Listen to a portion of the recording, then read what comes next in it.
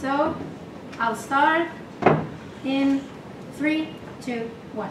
2 points I'm going to talk about on my speech. The first one is why this is the only way to stop the war, and the second is why the US as a great nation should prioritize taking care of human rights. But first, some framing. Let's talk about what we're doing here. So we're talking about 3 nations. We have Russia, we have the US, and we have China. Russia is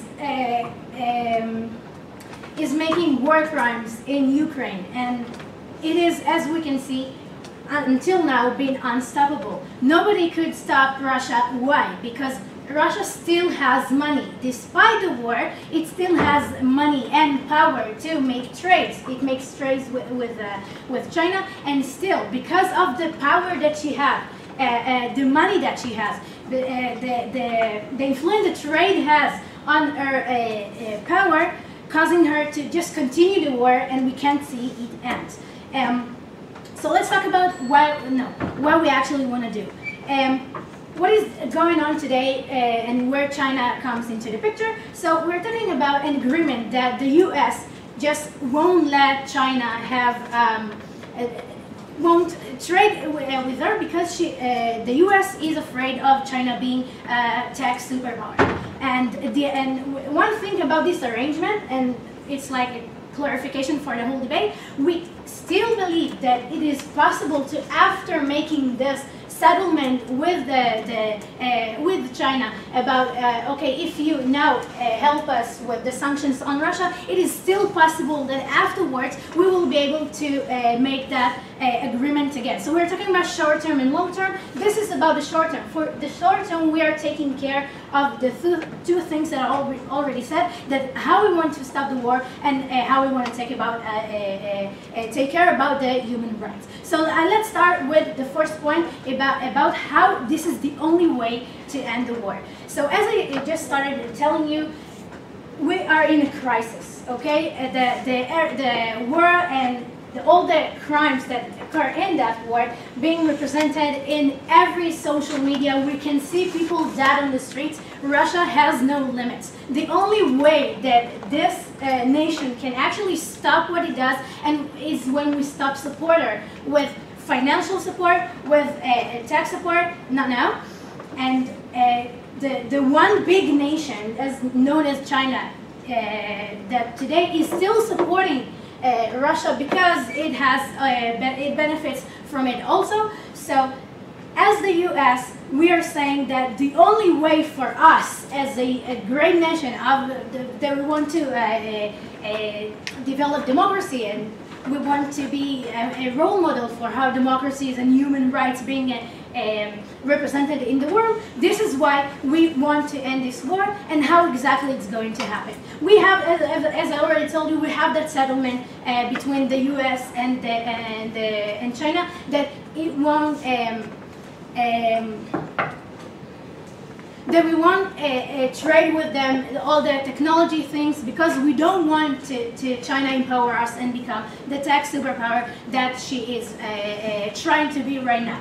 But this is, we're talking about a long-term thing and about this arrangement, and now it's going to end the war. Once this big nation stops to support the other great nation that Russia is, Russia will run out of money, run out of food or supplies, just like wheat and rice. And once it has no foundations for supporting that, they don't care about the civilians. Once again, once they run out of all those things, they won't have the resources in order to continue the war, and eventually, by limiting that support that China gives to Russia, we will be able eventually to make this war come to end. Yes? Thanks. Who is the biggest funder of Russia's war? Okay, so as I said, Russia is a big nation by itself, okay? It doesn't give any rights for the citizens inside the country. Most of the taxes and things that she earns inside the country is being taken from the citizens. And not just that, that it's a big nation by itself. It's being supported by another great nation that doesn't really care about the things that is going on inside this country, but only care about making money and getting richer. So this is the answer for what you said. But after I end the first point of how we are going to end this war, let's move to the second thing, is how the US as a great nation should prioritize taking care of human rights. I started already by saying that the US as this great nation has this role, okay, in front of all other countries that we want to develop and make those other countries from let's say a third world. We want the US, and we already know that it's happening today, just like with us here, for example. The US is represented as a role model for other countries for how it should be treat the citizens, for how democracy works, for how the constitution works, for rights, for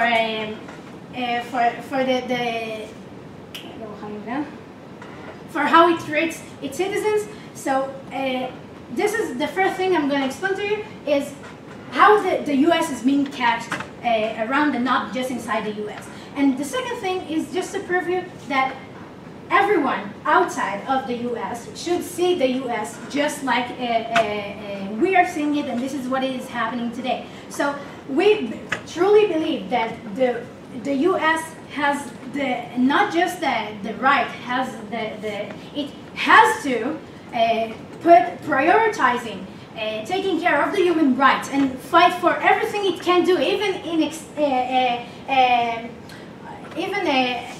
it means that it will do something that she doesn't believe that should be happening, just like making some trades with China. We believe that this is the most important thing for the role model that the US has, just to put aside whatever she believes in order to take care of human rights.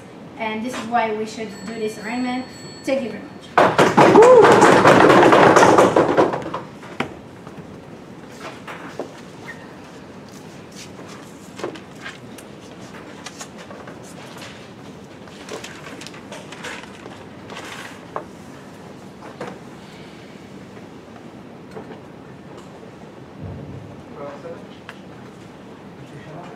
תודה רבה לראשת הממשלה, וכדי לפתוח את צד האופוזיציה הדיבייט, אני שמח לקרוא ליו"ר האופוזיציה.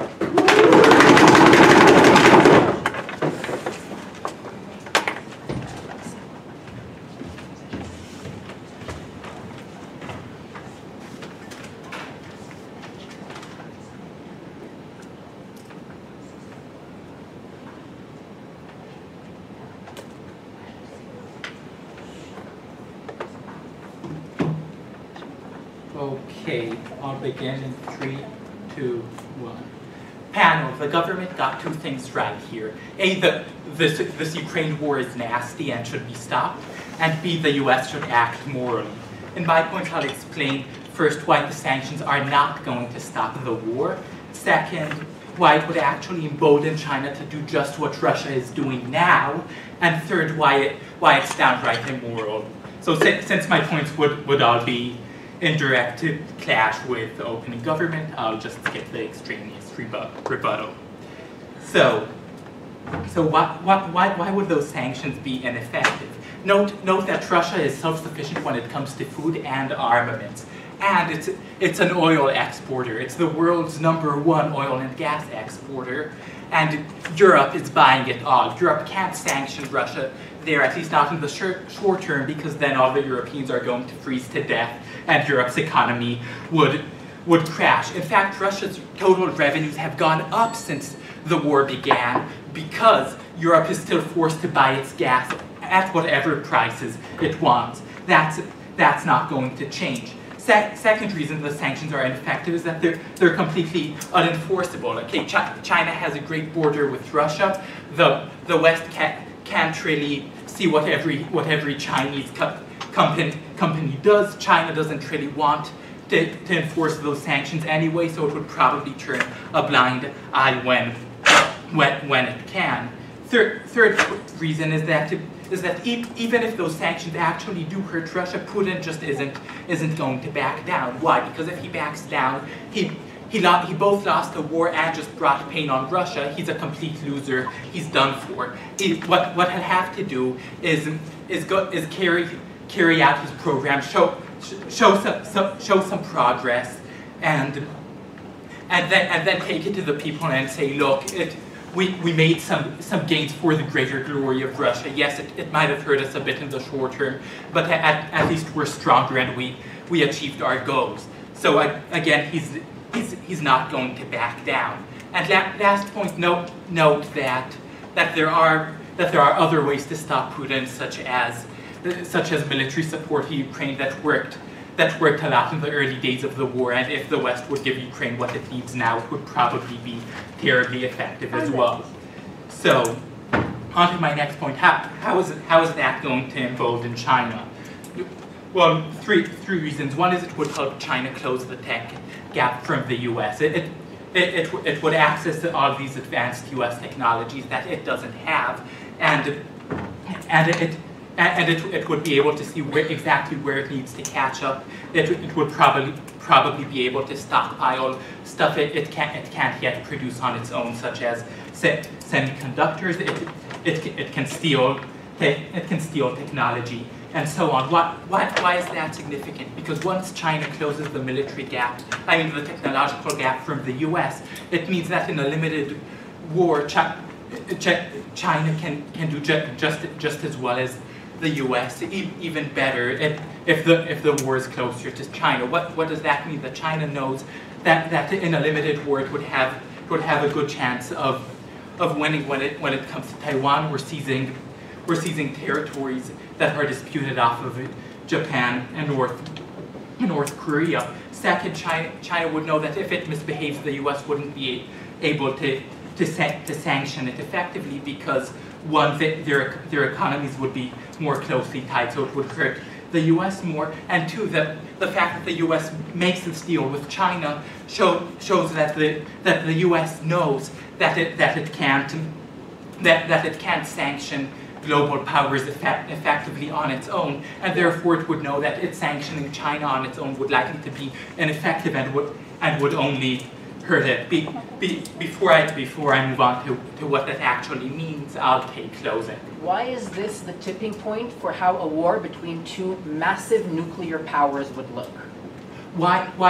Because I do believe that war is likely to be of a limited conventional scale, because no one would actually want a nuclear war, and as of now, because of its technological superiority, the US would be able to beat China in such a limited conventional war. Once China closes the tech gap, it would quite possibly be able to beat the US, especially if the war is closer to home.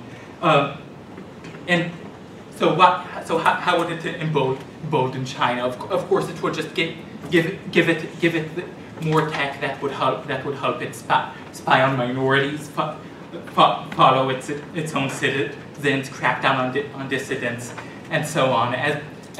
As well as the fact that by the very fact that the US signals that it's weak, China would get the message that it could probably step in and do all the stuff it says that it wants to do, such as take over Taiwan, and so on, with less repercussions than they would have thought possible otherwise. And note that's exactly that Putin got the same message from the West. He sensed weakness, which is why he went into Ukraine. China is going to do the same thing with Taiwan, islands it wants off Korea and Japan. Okay, the third point, why is it completely unjust? So note that China is a way bigger human rights abuser than Russia. Yes, Russia's war in Ukraine is nasty, but it's just a war. China's actually genociding the Uyghurs. It's oppressing the Tibetans. It's harvesting organs off of dissidents and so on. So since as the opening government concedes the U.S. needs to stand up for human rights, it means that the U.S. needs to fight the worst abuses, which is exactly the abuses committed by China.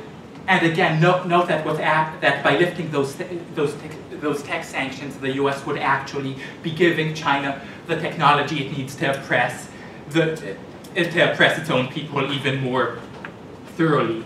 Okay. And of course, another reason that it's completely immoral is that, as I explained, it would embolden China to do just what Russia is doing in Ukraine, but just to East Asian countries. So you'll actually be causing another war, and you have no right to prioritize Ukraine over Taiwan or Japan or any other East Asian country. For all those reasons, please oppose.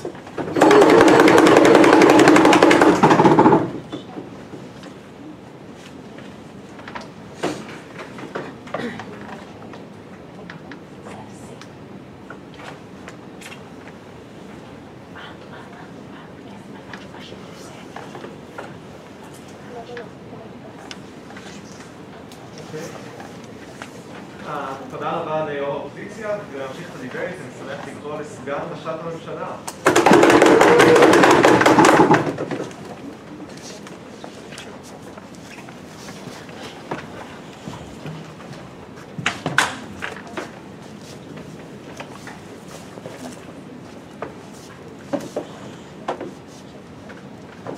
Panel ready? If 70% of the civilized world imposes sanctions on Russia, there's almost no impact. As long as a huge, rich country, which needs a lot of oil and a lot of wheat, continues to buy Russia's most common products, and Russia continues to make money, as we were told. We think what is critical is ending this war in Russia. We'll explain our case is very simple, why it's the most important thing to be done, why it's the most attainable, why it's attained specifically through this motion. Most of what I'm going to do is rebuttal to what we just got, so let's deal with opening opposition. First of all, just important to note, they seem not to understand the trading dynamic between the US and China when it comes to tech.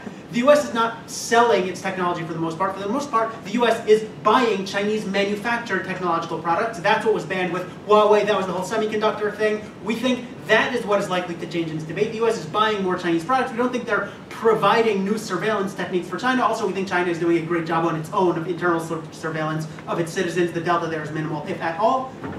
But we think there's a lot more to say. So starting from the beginning of their case, they tell us sanctions won't stop this war because, well, Europe can't sanction Russia.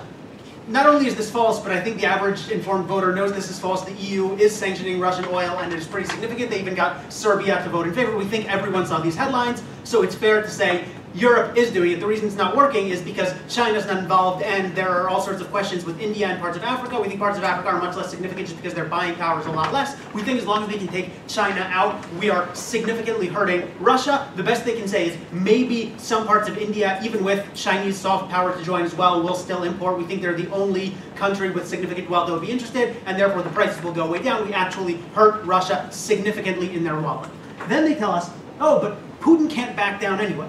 No, Putin, while ruthless, is very calculated. And the two things he fears most are embarrassment and internal revolution from his citizens. He understands how bad he looks. If they continue to lose money, if people are starving in the streets, ultimately his propaganda will not work at that point. We think that what happens here is Putin looks at the situation and he does what Zelensky will agree to because it saves millions of lives. And he says, okay, we've reached an agreement where, I don't know, a few kilometers of Donbass, whatever exactly it is. We think ultimately they'll come to one of these fake agreements, which consistently Zelensky has said he will come to the table, and Putin has not been interested. We think at that point he has enough in terms of just his own media arm within his country to sell that as a success. This small military operation succeeded. We think when people are starving, and we think when Russia is clearly losing, it is not possible to bring that as a success, and that is why Putin is incredibly likely, given that Russia will be losing money by the day, to say, I will put an end to this war, and that is the most important thing we can attain in this debate. Again, note, this is a global perspective debate. It's not from the perspective of one country. We don't think we have to analyze like America's interests in Ukrainian lives being saved. We think that's just inherently important. Preventing war crimes, women and children who are stuck because every bridge has been bombed. We think if we prevent those things, we have clearly benefited in this debate. Now, they try to then tell us, well, like, China can steal technology. Again, it's remarkably unclear. We talked about why that doesn't work, and that's not the way the trading has worked. And then they try to say something about oh, like, you know, semiconductors because now China will sell them and they become a superpower. So, nope. First of all, I don't really think the case came across clearly, but assuming it's going to be rebuilt at some point. So it's like the, oh, I once heard Cotler run this case in 2017, so it's probably a good case. But it's changed massively. In 2020, when the US put $53 billion in tax relief into making semiconductors in the United States, Samsung built a $17 billion factory in Texas specifically for this. It's going to be fully operational by the end of 2023. We think, as Katie already told you, this is a short-term motion. We don't think it impacts the fact that ultimately the US is creating more and more of its own semiconductors. Even TSMC, the company in Taiwan that everyone's like, oh, well, America won't have access to that. They now create semiconductors in Arizona, which is in the US. Again, we just think this case isn't significant in the long run anyway. Yes, we think China gets slightly more money from this. The US imports slightly more in the short term, and maybe it's a little bit good for them technologically. But we think, given that Russia is likely to end this war fairly quickly, and given that the conditions of this agreement will no longer apply, we think it is likely that this is a matter of months, this entire motion. Right? We think it is a matter of months in which the US says, okay, we trade with China, China puts sanctions on Russia, Russia makes an agreement with Ukraine, the whole thing falls apart, US goes back to technological independence, they have their own semiconductors, which are, again, going to be fully operational in about a year or two, to the point that they don't need to rely on external manufacturing for that. We think all is good in the world in terms of that. And then, lastly, they have this whole, oh, well, the US shows it can't sanction global powers on its own. Everyone sees that anyway. Anyone can still see that Russia is successful despite US and European sanctions. We don't think China learned anything new from this. And then they just try to tell us, oh, well, China is terrible. We still think the metric here is saving more lives and actually helping people. We don't think the Uyghurs are going to be saved on either side of this house. We don't see a significant way to prevent China from surveillance within its own country, regardless of what we do here. We think the main thing here is saving people's lives in Ukraine. Closing, do you have something? Yeah, why did Putin go out for this war anyway? We think Putin's been mulling this for a long time. He has these nationalistic goals. He also thinks he can convince people it's a good thing. Ultimately, right, we think at this point he recognizes in terms of propaganda it doesn't look good anymore. He's waited for years and years. He understands the question of what looks good in propaganda. He's not interested. Now, the last thing that comes up then is this whole, well, what if China does this in Taiwan? First of all, we just think they're really limited just in terms of physical capacity to land in Taiwan. Right? We don't think just taking over Taiwan is really easy. But second of all, we think in terms of just closeness, if China had the capacity to do it, A, they probably would have done it 5-10 years ago, and B, they can probably still do it tomorrow on either side of the house. We don't think there's any message that comes across in this debate which fundamentally changes China's decision-making calculus when it comes to attacking Taiwan. We think if they have these nationalistic goals, great, the world should sanction them, and presumably the US will turn to everyone, including Russia, to say, help us sanction China next time this happens. We think the US would like to prevent this regardless. We think everyone interested in human rights would like for China not to invade Taiwan. We don't see any situation in which this debate changes China's decision-making calculus, because again, in terms of China's interests for Taiwan, if they're nationalistic interests, they don't change based on what happens here. But furthermore, in terms of whether or not the US has power over them, we think it's the same. The US can come to an agreement when it is worthwhile for human lives. We think it is very clear to them that America is actually saying, well, when there are human lives at stake, we will even make deals with countries we don't love because it is critical to prevent human rights violations. We think that is exactly what is happening under this motion. We think that's what the debate is here. And as long as the US makes a strong statement of, we will make deals however we can and with whomever we need in order to prevent human rights violations, if anything, the message that comes across to China is, if you mess with Taiwan, you will lose out on a lot, and America will do whatever they can. We think there are already sanctions. This is the tipping point. If we can sanction Russia and stop this war, we win the debate.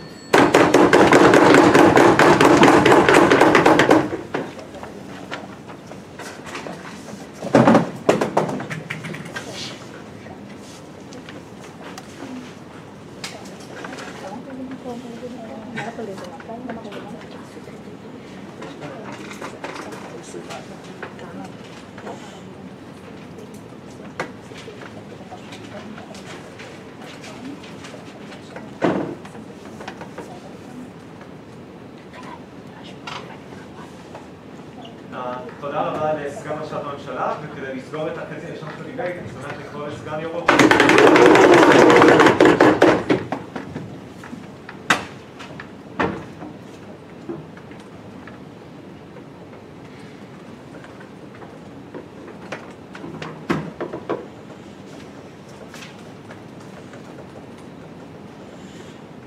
Ready? So I'm starting now, and I will have 2 points for you in this debate. The first one will be about how the US as a leader of the free world must keep the world prepared and free from encumberments for the case of conflict, tech encumberments specifically.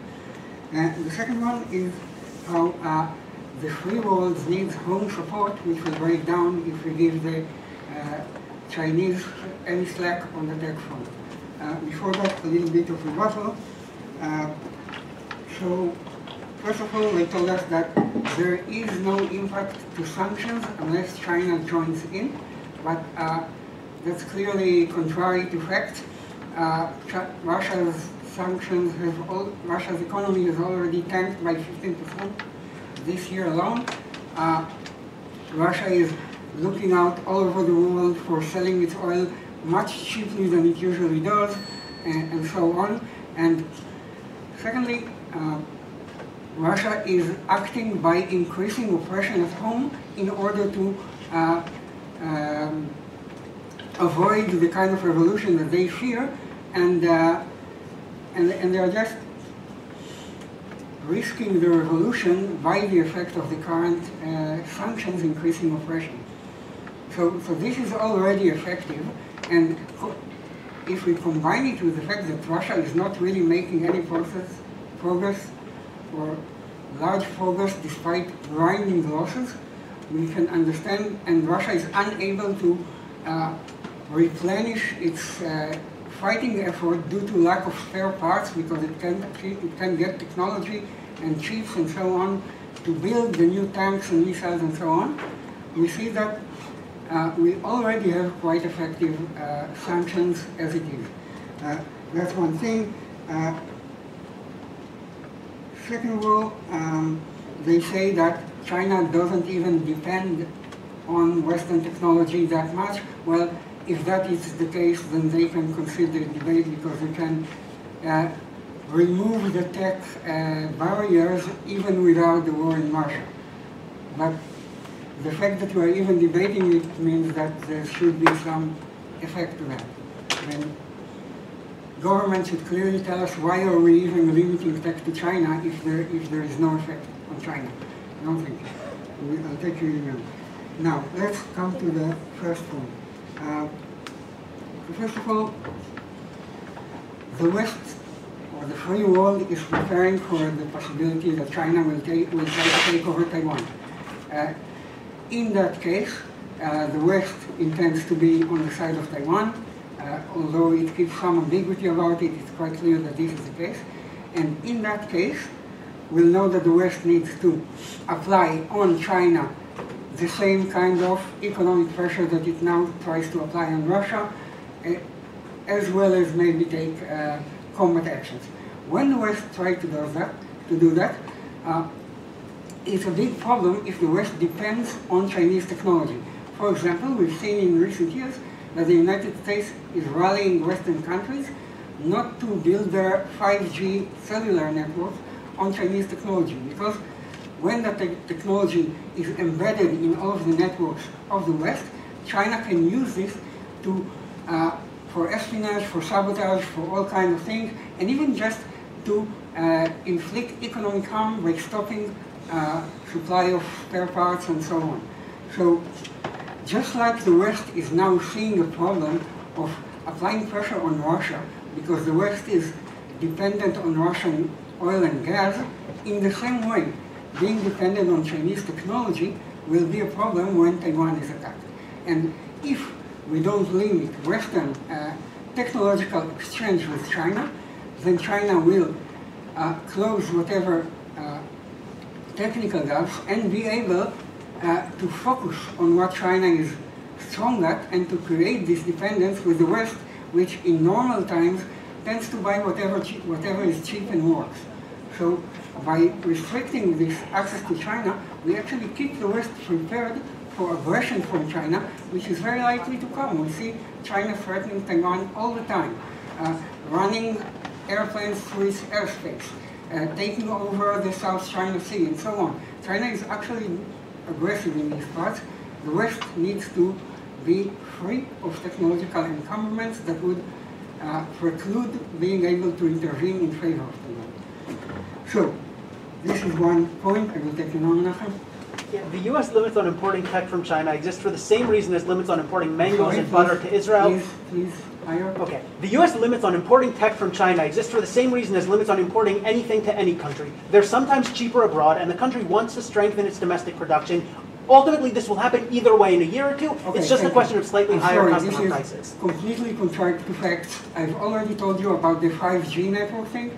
This was exactly driven by the fear that China will use those networks to the detriment of the West. The United States might have an interest in strengthening its own industry, but it doesn't have such a strong interest to pressure Britain and Germany and so on and lose all these diplomatic points if it's not for preparing the West for war. So, of course, we have that interest. Now, quickly to the second point. The West cannot act just based on geopolitical needs. The West is composed of democracies. In democracy, the people need to feel that they are fighting a just war, right? If the West doesn't feel, if Westerners don't feel that they are fighting a just war, then their governments will lose their ability to fund these wars and to get resources to push them forward. Now, if, as Daniel already explained to you, we are taking a big violator of human rights and giving it, not only giving it slack, but giving it the exact thing that it needs to apply its genocide of Uyghurs, which is tech that allows it to spy on these Uyghurs, then obviously the government that does this will immediately be perceived as less interested in human rights and more interested in scoring geopolitical points. It will lose the ability to find even the Ukraine war, and therefore will make it even longer. So we gave you two things. The tech specifically is important to be prepared to not be dependent on it, and the moral stature of the West, which is needed to support the war in Ukraine, depends on maintaining this. Thank you very much.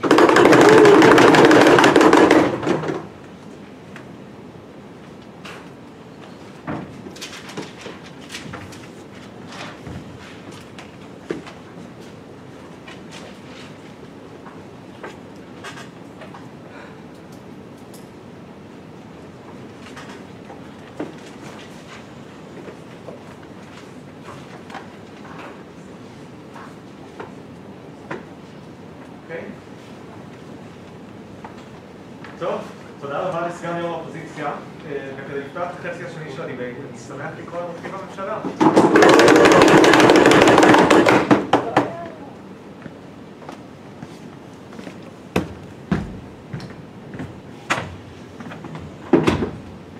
פאנל, דיון נהדר היום.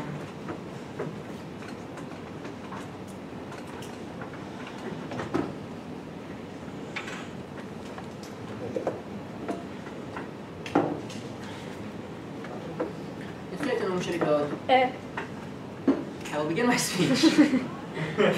In 3, 2, 1. Let's start with some framing. There's two parts to the motion, two clashes in the debate, therefore. The effect of the trade sanctions on China and the effect that the motion will have on the war with Russia. Let's shortly deal with the effect of trade and then give you a deeper analysis under war. OG claim but don't mechanize this argument enough. What do we tell you on trade? We tell you that sanctions on China are bad for the US, they're bad for China and Chinese citizens, they're bad globally for the global trade and market, and therefore for the average citizen in the world.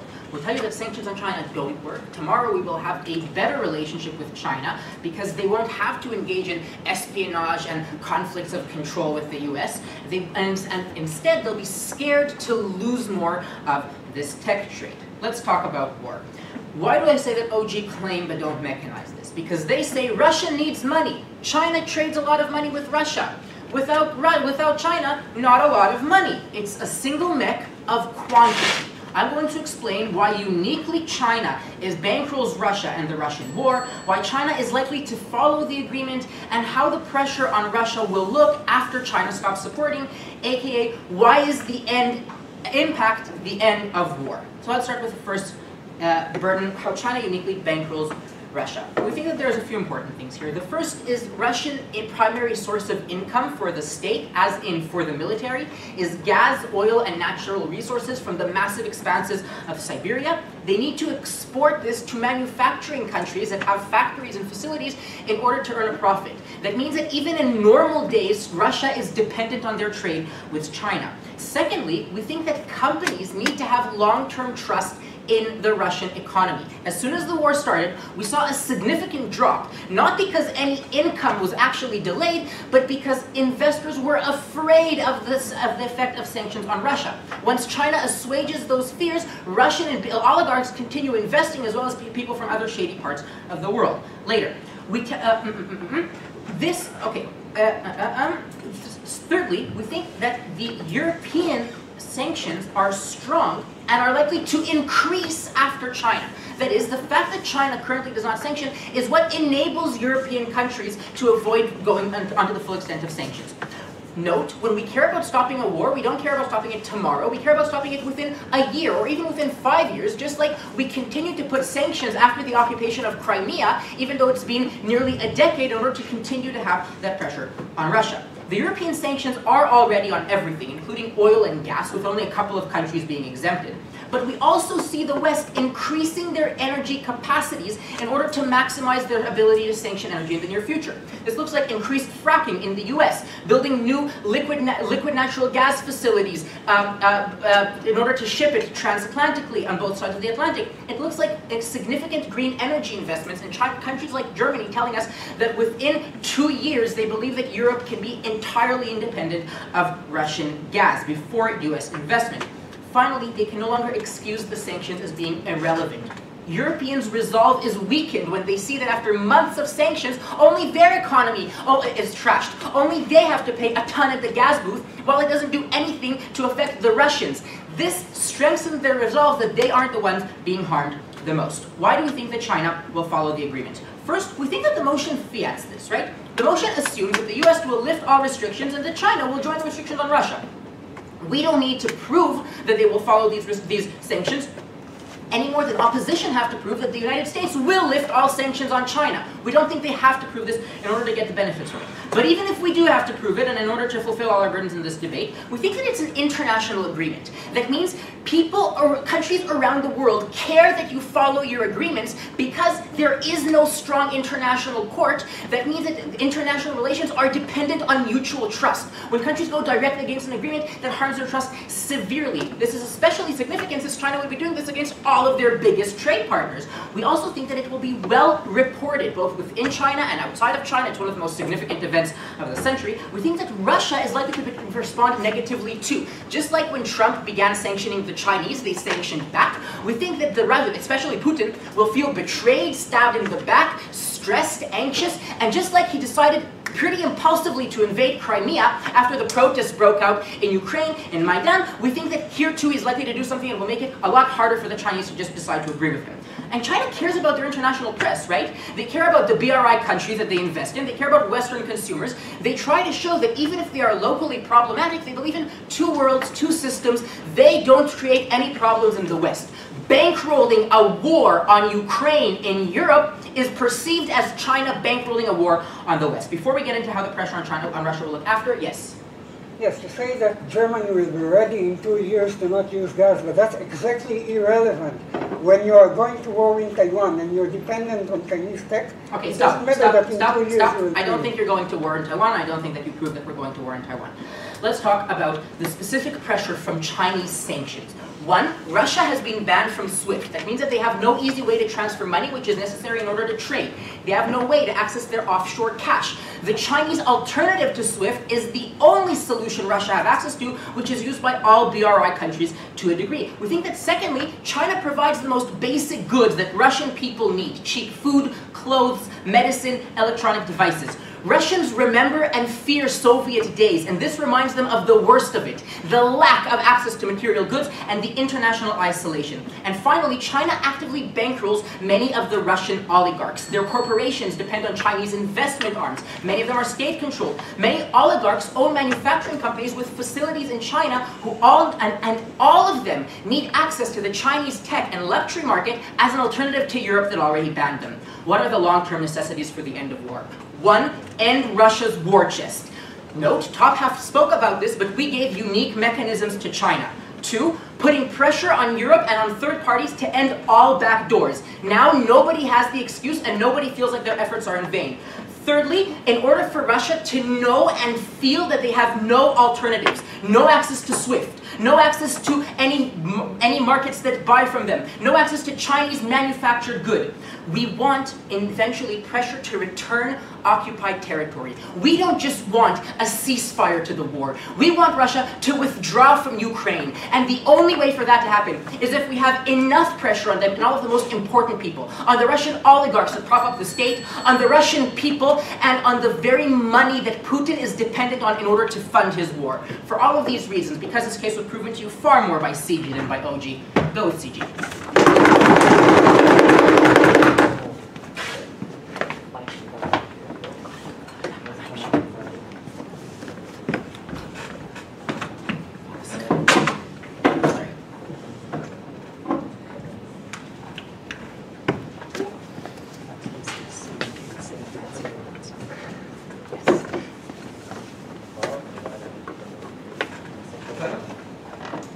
תודה רבה למרכיב הממשלה, ושמעת לקרוא למרכיב האופוזיציה.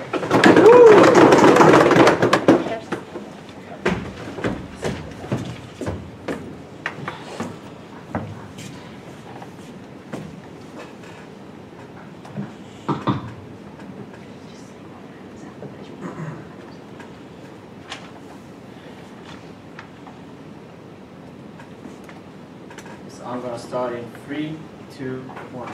Okay, so panel, dear panel, as we've seen in this debate, we have one major clash here. Basically, will the Chinese sanctions stop or not stop the war in Ukraine? Well, I'm going to have one major argument, which can be divided to two. Well, why the Chinese sanctions will not stop the war in Ukraine? Well, first of all, is that China is not the sole funder of Russia. There are many other countries who are not China nor NATO in this world, where Russia can still have trade agreements with. And well, the second thing is something nobody spoke about in this debate at all. Why did Russia go to this war, and what is their motivation for this war? It's not economical, it's safety, and that's the first thing Putin wants. And until he will get it, he will not stop the war. Whether he will go bankrupt or not, it doesn't matter. So, to start my argument, well, Russia is already in not such a great economic shape after the start of the war, and the European sanctions, it has been said on both sides of the debate. Well, the war in Ukraine has major geopolitical importance for Russian eyes, more than the economical importance that it has, more than getting the natural resources that Ukraine has. Russia wants to dismantle NATO. Since the departure of the dissolvement of the Warsaw Pact, NATO and Russia agreed that no country that was part of the Warsaw Pact will join NATO. And since then, NATO, year by year, has been adding more and more countries like that to NATO. And that hurts the in Russia's eyes, it hurts their safety, it hurts their security. They have NATO bases, which NATO are Russian enemies. NATO's entire plan is to defeat Russia in war. That's their entire point of existence. And well, when Russia sees, well, Putin sees NATO putting missile bases near him in Finland currently adding, and when they want to put bases in Ukraine and other surrounding countries to Russia, Russia doesn't feel safe. Russia thinks that the only thing it can do to stop NATO from spreading throughout Europe and from surrounding it is go to war in Ukraine and show the West, not now, that that NATO has to stop here. In Russian eyes, the most important thing in this war is stopping NATO. Russia doesn't care about its economy. Russia knew that it's not such an autonomous country. It knew that it will get economically hurt. It knew that we will get sanctioned by NATO. It knew it might get sanctioned by China. It knows it. It doesn't matter. What they want to achieve by this war, what Putin wants to achieve by this war, is stopping NATO from spreading to Eastern Europe. It's a process that's been spreading for years, and it's hurting their entire basis for security. In a minute. Well, in Russian eyes, the security is much more important than the economical business. And well, as I said, we have another part for this argument. Well, not the entire world's economy is NATO and China. Not Europe, US, and China holds the entire wealth of the world. Well, we have Africa, which is an entire continent with countries. Well, they might not be the richest countries, but they still have money. We have the entire Saudi Arabia and the United Emirates, which can still trade and has not sanctioned Russia. We have Syria, we have Lebanon, we have tons of countries. Israel is still trading with Russia on some point. We still have economical trades with Russia. Not the entire money of this world is being held by the United States, the European nations, and China. There's India, there's tons of other countries Russia can go to. Russia can sell their oil, their gas, their things, technology, military aids to Syria and getting millions of dollars. It's not like if China will stop giving money to Russia, then Russia will go bankrupt tomorrow, and in a couple of months there is no more Russia, and oh no. Come seriously. Anyway. Yeah. Russia decided to invade Ukraine rather than Finland or Poland because they thought they would win a quick, cheap, one-sided war. We have to make it long, expensive, and equal. Well, Russia didn't expect the war to become this long, that I agree with you, but it doesn't matter. They still want to prove their point, they still want to stop NATO. It doesn't matter the duration of the war. The most important thing in Russian eyes is to stop NATO from spreading to Eastern Europe. That's what they want. That's the entire thing that's important. And so even if I accept the entire economical crisis that China will inflict of Russia, which I don't, but even if I agree to that, well, I showed you why Putin will not stop the war in Ukraine, even if his economy will go bankrupt. And the people will not revolt, because Russia has the KGB, and there's tons of other things we can discuss, and nobody analyzed it well enough that why will the people revolt in agreement? There have not enough potatoes in Russia, seriously. The economic crisis will not lead to a revolt. POI, last chance? Sure. Yeah. So if Russia wants to fight all of NATO, shouldn't we take steps to ensure that they lose? No, Russia doesn't want to fight the entire NATO. Russia wants to say, we want peace, we don't want war with you, we don't want there to be existing an entire coalition of countries which entire point of existence is defeating us in war. Because the Cold War was over since the 90s, and well, Russia is not the big bad enemy. The big bad enemy is China, as was said before in this debate, and they are the worst enemy of the West and the United States today, and it's not Russia. And well, Russia just wants NATO, which is the organization that it fears to stop. Putin also said in the beginning of this war that he knows very well that NATO can defeat Russia in a war, but we want to remind them that Russia is a nuclear powerhouse, and well, you don't want to mess with them.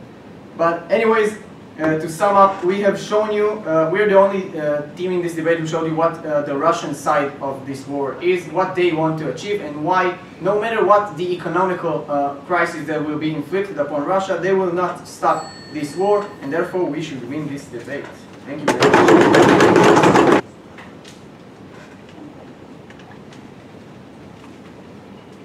Okay, I'm going to start in 3, 2, 1. Only one question in this debate. Is this the only way to stop Russia? I'm going to explain why this is definitely not the only way, both financially and in terms of the security, in terms of the ideology that drives the Putin's nation.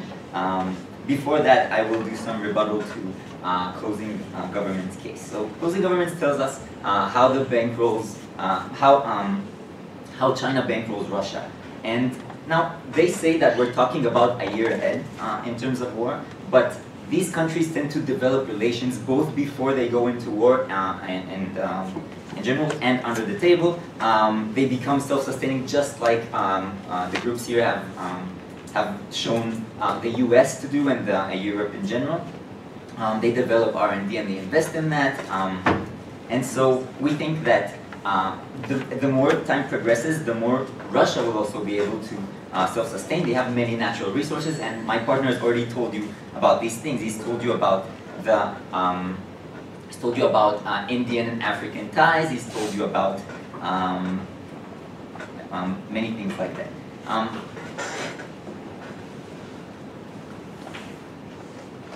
Now they also say that China will follow their agreement, but China is still choosing today to fund Russia, even though they're perceived as bankrolling a war. Now, the reason that they do this is because no one has really defined what it is that's driving the Chinese population, but basically, it's obvious that they want to maintain their relations, which they are, by the way, even though they're perceived as bankrolling a war. They are masters of propaganda. It is more important for them to become a tech and financial superpower, and since they are nuclear, it doesn't really matter how they are perceived. They have much power. The US and the world in general relies on them a lot, so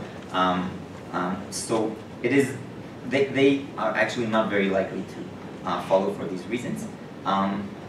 Going into the clash. So what we get on, is this the only way to stop Russia? OG go and say that Russia needs the Chinese financial and tech support. They say Putin wants to oppress the domestic turmoils at all costs. He wants to look strong. We get from opening opposition that the West depends on the Russian oil.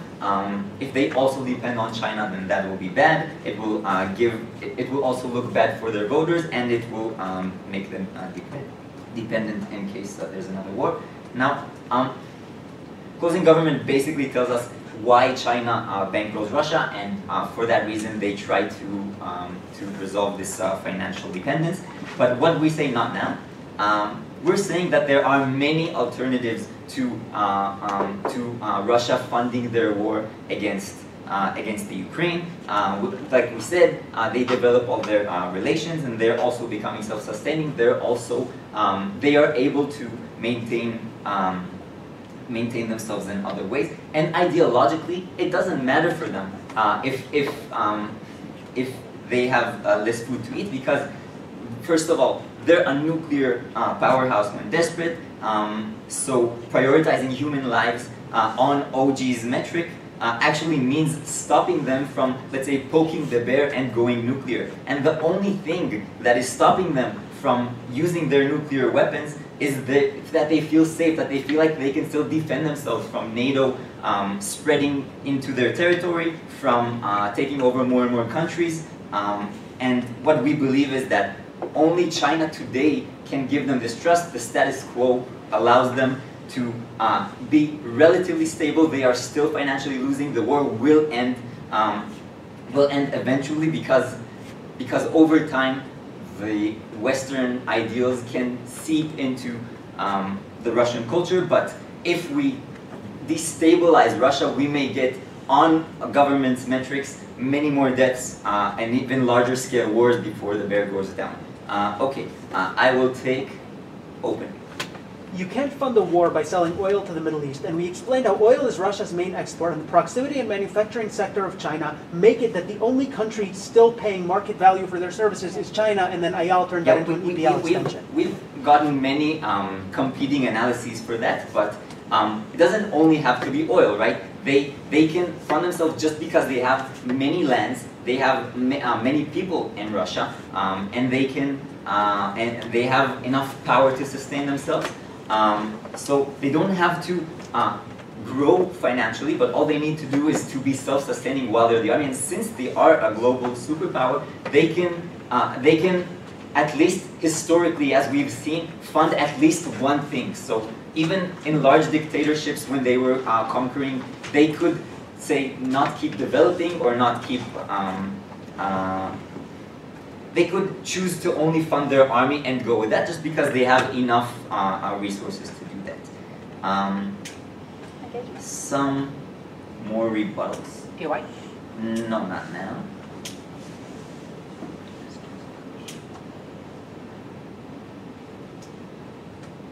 Oh yeah,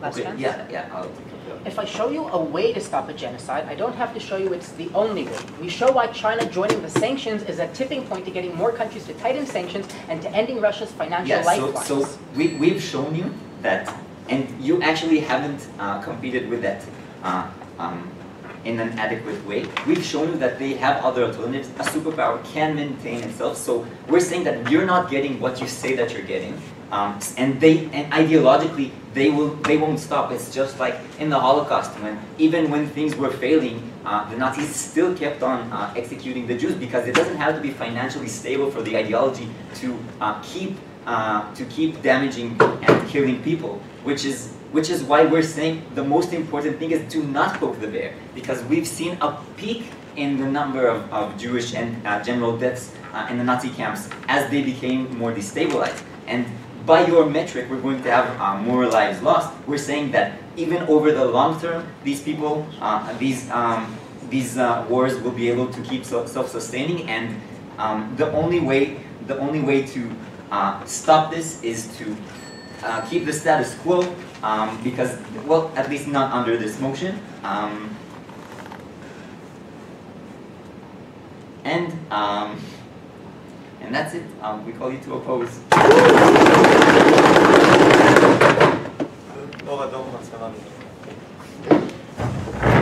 טוב, תודה רבה לכולם על הדיבייט, היה דיבייט מאוד מעניין, עלו בו הרבה נקודות מעניינות וגם היו הרבה שאלות בשיפוט והתחלנו במקומות מאוד מאוד שונים בהתחלה, זה כבר מראה על רמה גבוהה של דיבייט. אז אני לא אעכב אתכם ואני אגיע ישר למיקומים. להכרנו הדיבייט היה דיבייט צד ממשלה בדיבייט, בין שתי הממשלות זה היה יחסית צמוד והיה לנו הרבה מאוד דיון על הדבר הזה. בסוף הגענו למסקנה שהממשלה השנייה נמצאת מעל הממשלה הראשונה. המקום השלישי, גם לא בהפרש מאוד גדול, הלך לאופוזיציה הראשונה, והמקום הרביעי לצערנו הלך לאופוזיציה השנייה. נכניס את כל הקבוצות ונדבר על מה קרה. אז נתחיל בית ראשון ונוסיף ככה. אז מאחת, בכללי, מאחת טובים לנו כמה דברים. דבר ראשון, שהדבר הזה כן הולך לעשות אימפקט משמעותי על הכלכלה הרוסית בגלל הדבר הזה, וזה כן משהו שהוא גדול ולא סתם עוד משהו קטן שיכול להשפיע על הכלכלה. דבר שני, זה שההשפעה הזאת על הכלכלה כן יש לה פוטנציאל לגרום להפסקה של המלחמה בטווח קצר, בפרט כזה לפוטין הוא נורא מפחד מזה שאנשים יצאו נגדו, יש לו דרך יציאה מזה כי הוא יכול להציג את הדבר הזה כניצחון וכן הלאה. ושהדבר הזה לא יוצר אימפקטים גדולים מדי על ההתחזקות של סין, בפרט לא אימפקטים שחשובים, או לפחות לא סימטריים בצורה חשובה, מעל המצב שקיים בסטטוס קוו. זה הדברים שאנחנו מקבלים, וסתם הרבה מהם כן נעשים באינגייג'מנט עם דברים שהיו כבר באופן אחד. כן היו עוד טיעונים שעלו במם אחד שנתנו להם פחות קרדיט, בפרט כל הטיעון הזה שארצות הברית צריכה לתעדף זכויות אדם, כמו שגם מנחם אמר מאוחר יותר, זה לא מתוך פרספקטיבה אמריקאית בתוך הדיבייט, ולכן זה לא משנה לנו מה ארצות הברית צריכה לתעדף, לכן בפרט לדבר הזה נתנו פחות קרדיט. מה קיבלנו מאופן אחד?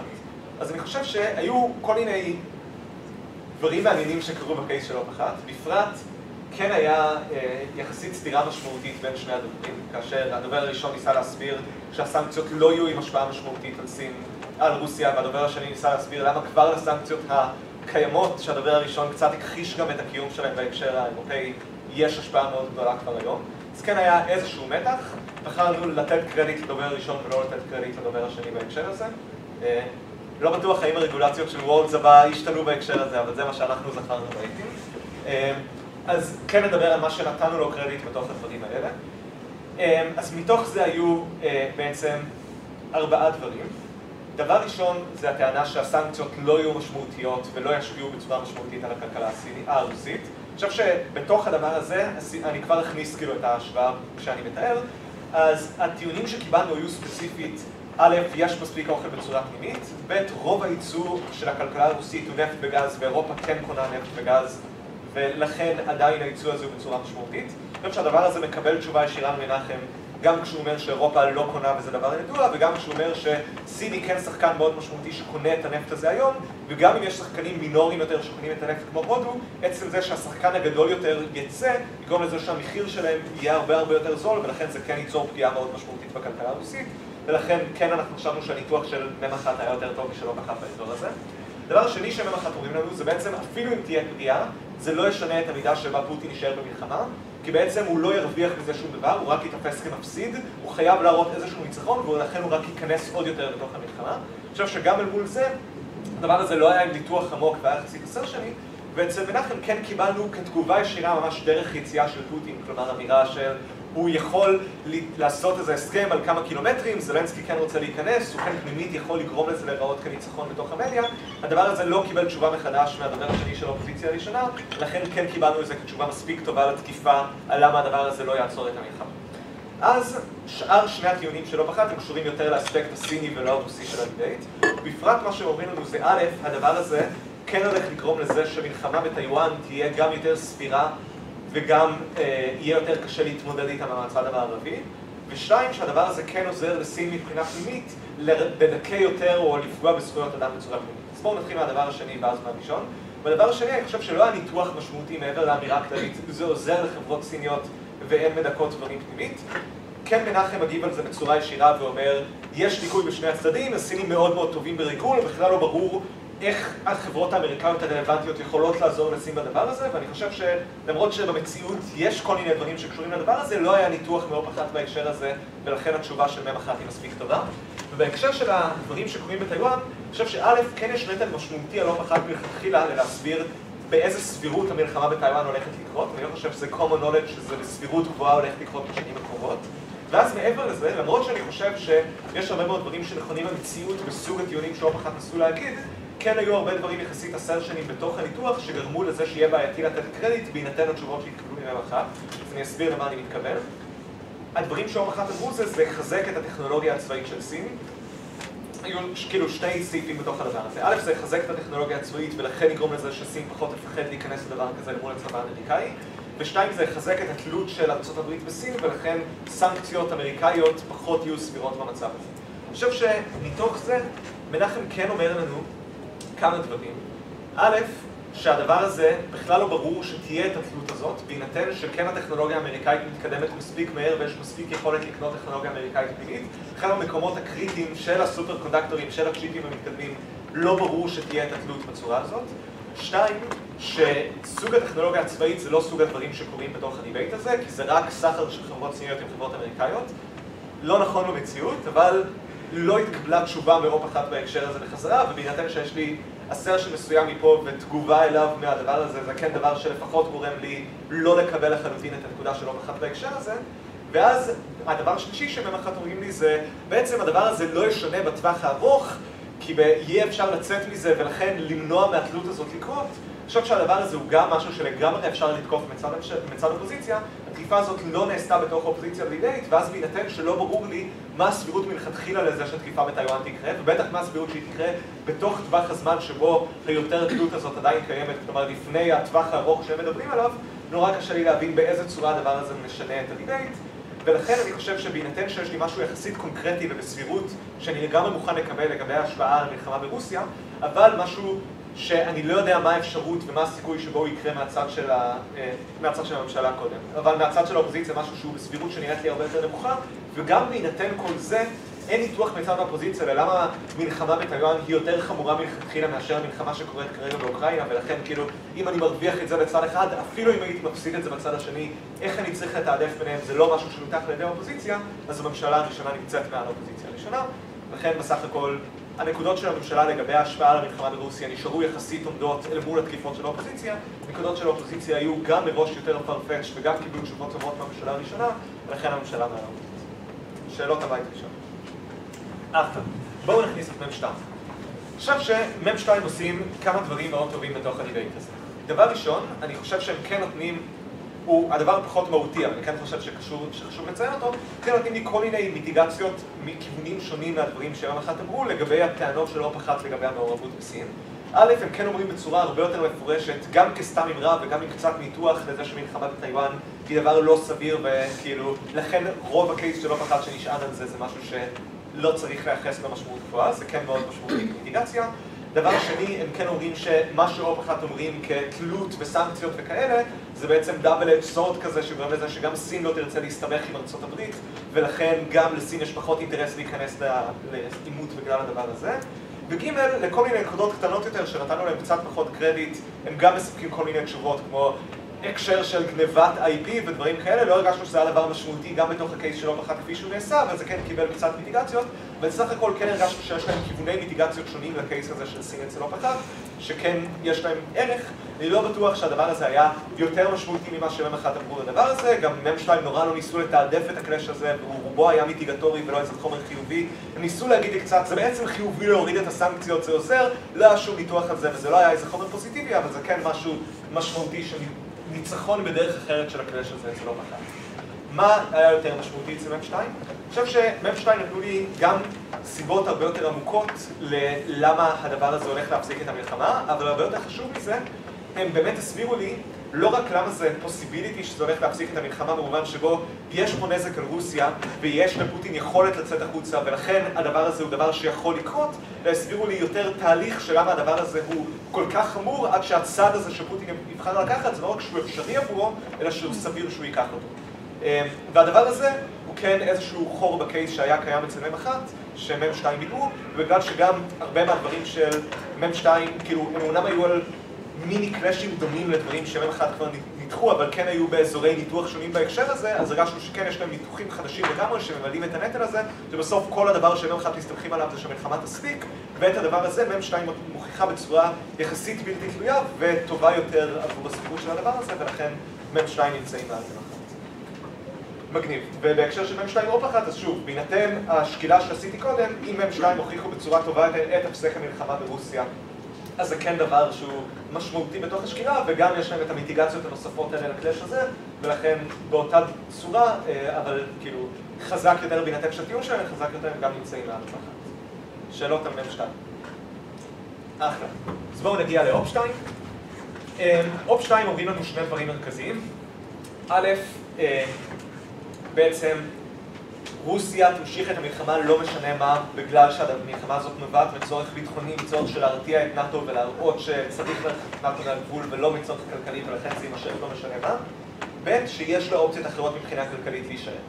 למה אנחנו חושבים שהנקודות האלה היו בעייתיות קודם מבחינה מול צד הממשלות בדיבייט?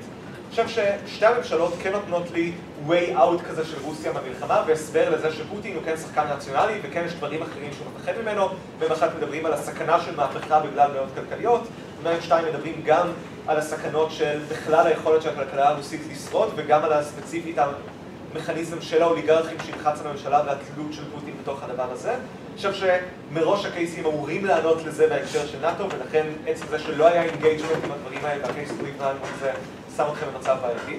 ויותר חמור מזה, לא רק מבחינת אינגייג'מנט, אני מרגיש שאתם קצת לא עומדים בנטל של עצמכם בתוך הקייס. כלומר, הקייס נורא מסתמך על זה שבאמת המלחמה מרתיעה את נאט"ו בצורה שבה אתם מתארים. אני חושב שכבר נאמר מראש מהמלחמה, וזה גם common knowledge, כאילו שהמלחמה כרגע לא הולכת כל כך טוב לרוסיה, שהמלחמה כן מחזקת הרבה מאוד שחקניות אחרות שנמצאות בנאט"ו, דבר שגם נאמר לכם ב-POI ולא קיבל אינגייג'מנט מהצד שלכם, ולכן זה שם את השורה התחתונה של הקייס שלכם כקצת קפיצה לוגית כזאת, כי אם הדבר הזה לא מרחיק את נאט"ו, אז לא ברור למה שרוסיה תמשיך לנסות לתמוך בדבר הזה בכל מקרה.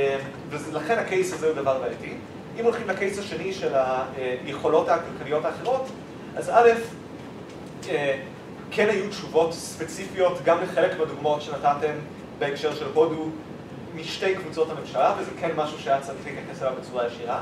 ב', בדוגמאות האחרות שנתתם, למשל המזרח התיכון, ערב הסעודית ודברים כאלה, הדבר הזה הוא קצת מוזר בשלב הזה של הדיבייט, מנתן שבית ראשון וספציפית אום אחת הסכימו לחלוטין שנפט וגז היצוא העיקרי של רוסיה, לא ברור איך אפשר לייצא נפט וגז במדינות ערב הסעודית, שוב נאמר גם ב-POI, אבל גם בפני עצמו אומר שהקייס נבנה בצורה חלשה בדבר הזה, וגם כשמדברים על אפריקה או על ישראל, אני חושב שהנטל פה לזה שהדבר הזה הוא מספיק כדי להחזיק את רוסיה מבחינה כלכלית, הוא נטל שדורש יותר ניתוח מרמת הניתוח שהגעתם אליה. לכן מראש הקייסים היו רלוונטיים לדיבייט בצורה כללית, אבל הניתוח שלהם לא היה מספיק טוב בשביל שהם יעמדו בטח לא אל מול הדרישה לאינגייג'מנט שהייתה בשלב הזה של הדיבייט. אם נשווה את זה באופן ישיר לאופ אחת, אז אני חושב שא' יש יותר נטל לאופוזיציה שנייה להגיב לקבוצות אחרות בדיבייט, ולא היו תגובות טובות בצורה כללית. ב' לאופ אחת כן היו קייסים שכן נתנו להם קרדיט ויותר עמדו בתוך הדיבייט. א', קייסים שונים ממש על אותם הקלאשים. הטענה שפוטין צריך תמונת ניצחון בשביל לצאת מהמלחמה בלי קשר לכלכלה. הטענה שהיא כאילו מקבילה לטענה שאומרת זה כדי להרחיק את נאט"ו, ולא ברור לי איך לשקול ביניהם. הטענה שיש כל מיני סיבות אחרות שבגללן לא צריך, שהסנקציות לא יעבדו, לדוגמה מדינות אירופה או לדוגמה רוסיה, self-sustainable, זו טענה ששוב היא מקבילה לטענה הכלכלית שאתם אמרתם, נכון שגם היא לא עומדת מול קבוצות ממשלה, אבל גם הטענות שלכם לא עומדות בצורה מקבילה מול קבוצות ממשלה. לכן אני לא חושב שמראש, אפילו בקלאשים האלה, היה יתרון גדול לאופ 2 על אופ 1, אבל לאופ 1 היו גם עוד טיעונים אחרים שגם נתנו להם קרדיט בהקשר של למה לחזק את סין זה דבר גרוע, ולכן עוד יותר מזה, הנטל של אופ 2 הוא להסביר למה התוספות שלהם הוא יותר חשוב מזה, מה שלא נעשה בדיבייט, ולכן אופ 1 נמצאים על אופ 2. שאלות על הרציונל. אפשר לשאול שאלה כללית? כן. בתור מישהי שלא הייתה אף פעם בתחרות בחו"ל, כמה ההתייחסות לכל מיני דברים שקורים מסביב, כאילו אנחנו מדברים על נושא שיש פה ארצות הברית, יש פה אוקראינה שיש לה מלחמה, רוסיה וסין. כן. השאלה היא כמה רחב צריך לצאת, כאילו נגיד טיואן, לא הייתי לבד חושבת שצריך להעלות את זה, השאלה היא באופן כללי כמה רחבה ההסתכלות צריכה להיות תוך כדי הדיבייט. אני חושב שהיא יכולה להיות רחבה ככל שזה רלוונטי. למשל, טיעון אחר שרלוונטי לדיבייט הזה בכל מיני הקשרים, זה שאם סין קונה אנרגיה לא מרוסיה, בעולם שבו ממילא כמות האנרגיה למדינות היא מאוד בעייתית כרגע, כשאירופה הפסיקה להסתמך לרוסיה, מחירי האנרגיה עולים, זה מרחיב את האינפלציה באופן כללי, והדבר הזה משפיע על כל המדינות בעולם בכל מיני צורות. אז כאילו, אפשר לגמרי להרחיב את ההשפעות בכל מיני צורות שונות ומשונות, כל עוד יש לזה אימפקט שרלוונטי לדיבייט. אני חושב שספציפית בהקשר הסיני, טיואן לגמרי יכולה להיות רלוונטית לדיבייט, אבל זה כן מכריח את הנטל של להסביר כמה הדבר הזה סביר בהינתן מה שמשתנה, מה שהפעם לא נעשה מספיק טובה, בצורה מספיק טובה אצל אחת, אבל לגמרי יכול לעשות. אחלה. אני חייב לרוץ לחדר טאפ ולאכול צהריים, אבל אני ממש אנסה לפנות לעצמי לפחות איזה רבע שעה לצאת להסתובב ולתת משהו בשביל אנשים, ואחרת תציקו לי. אני בדרך כלל לא עונה להודעה הראשונה כי אני עמוס, אבל אם אני רואה שמציקים לי מספיק, אז אני כן עונה, אז אם אתם רוצים פידבק, תציקו, ואני באמת מבטיח לענות. מתישהו.